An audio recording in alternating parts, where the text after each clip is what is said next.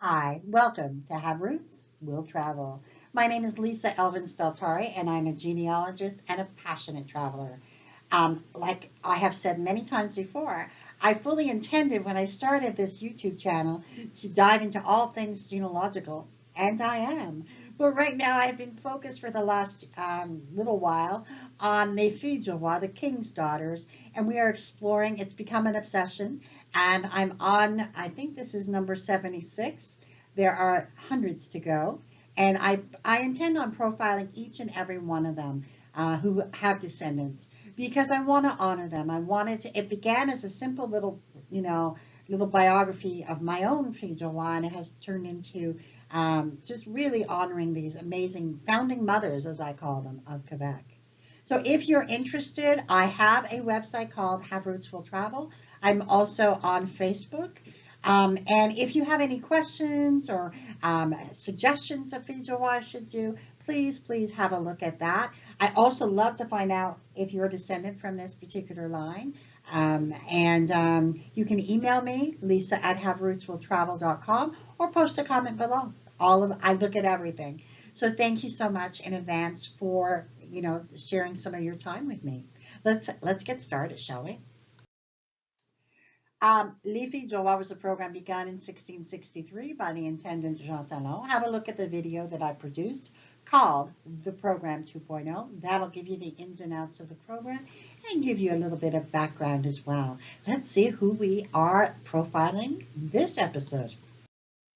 So this week we are profiling her name is Jeanne Auger, and she is a viewer request. I do not have her in any of my files. So let's get to know Jeanne. Jeanne was born in the parish of Saint Benoit. The church itself no longer exists, but this is an illustration on your right of what it would have looked like. It was situated in the 5th arrondissement. Remember, arrondissement means circle, which is the oldest in Paris and was actually built by the Romans. Traces of this area's past still survive in such sites as the Arène de Lutèce, which is a Roman amphitheater, and we have some Roman baths as well. It's also known as Fifth Arrondissement is known as the Pantheon, and it's found on the rive gauche of the River Seine, and so the left bank of the River Seine. The fifth is one of Paris's most prestigious districts, and found within this arrondissement is a section called Le Quartier Latin, which doesn't mean that it's Latin. It means that it was overflowing with universities, colleges, and extraordinary high schools. Since the 12th century, when the Sorbonne, where they taught in Latin, was created, it's also home to the National Museum of Natural History and Jardin des Plantes. Now, you'll notice that her parents are Sabien Auger and Marie Ruel. You'll notice also that there is no date. We don't know exactly how old she was. So let's have a look. So Jeanne left for New France in 1671, bringing with her goods about 300 pounds. So there's no evidence that her parents were dead. So it might be that she simply selected to go to New France for a fresh and exciting new life. So who did she select and who selected her? Well, his name was Sébastien Nollet de la Rivière. So it's also known as the river. So Sebastian Nollet, also known as the river. So interesting. He was born in 1644 in Saint-Pexien, which is a small commune, a township of about 300 people today, in the region of La Vendée, which is an area where the ancient province of Poitou was. This is an area which is notable as another area where the Protestants or Huguenots fled to. The church where Sebastien may have been baptized no longer exists and was destroyed by the 18th century by a little thing called the French Revolution. It was originally built in the 9th century, and the first mention of a parish of this name dates to the year 1093. The Catholics and Protestants would fight out their differences, and the church at Saint-Pexin was one of these casualties. So Sebastian as well decided to come to New France. He arrived before 1665, and he can be found in the census of 1666 as an indentured servant of Guillaume Feigneux. So that's an interesting little tidbit. So Sebastien would have been an indentured servant for about 3 or 4 years, 3 years for sure, and then would have gained his freedom and would presumably have acquired something, some kind of either land or money, that sort of thing, and was basically waiting for the right woman to come along. And she arrived in 1671. And they were married in Quebec City on October 26, 1671. Here is the marriage record for them. And just an illustration of it didn't look like this when they were married, but this is the church in Quebec City. So they decided to settle in a place called Lauzon. And Lauzon had been settled back in 1636 by a man, obviously named Lauzon, who was basically an absentee seigneur.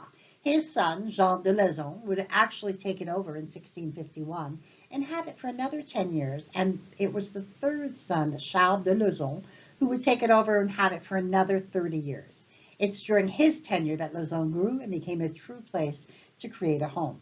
These maps are amazing maps in terms of how the seigneurie was laid out. One of the principal people who founded this area his name was Guillaume Couture, which is, of course, not our principal protagonist of our story, but it's such an interesting story for those of you who may have this in your ancestry. He was the true founder of Lauzon as he was its first inhabitant.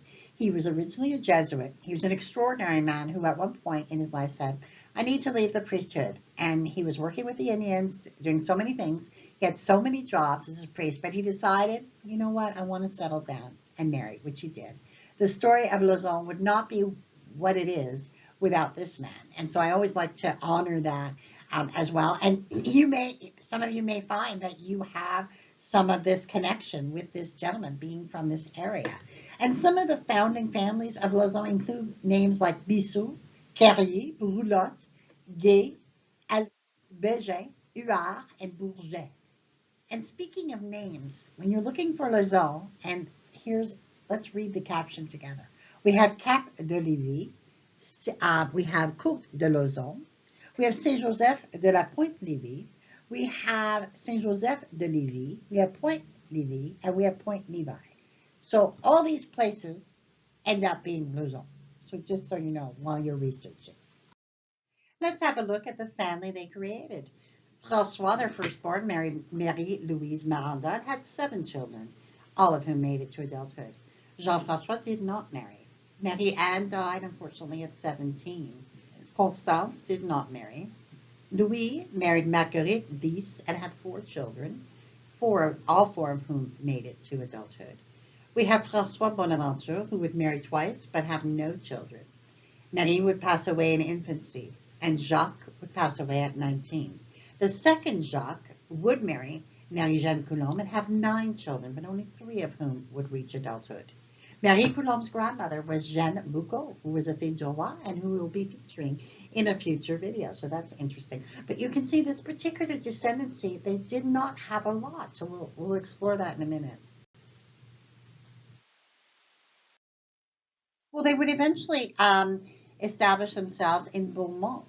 Beaumont, which is beautiful world, if you will. And one can also say that, and I've been doing a little bit of research on this particular town, and a lot of settlers from Ile d'Orléans would end up being the founding of this. So in a sense, Ile d'Orléans is the mother, the founding mother of this particular town.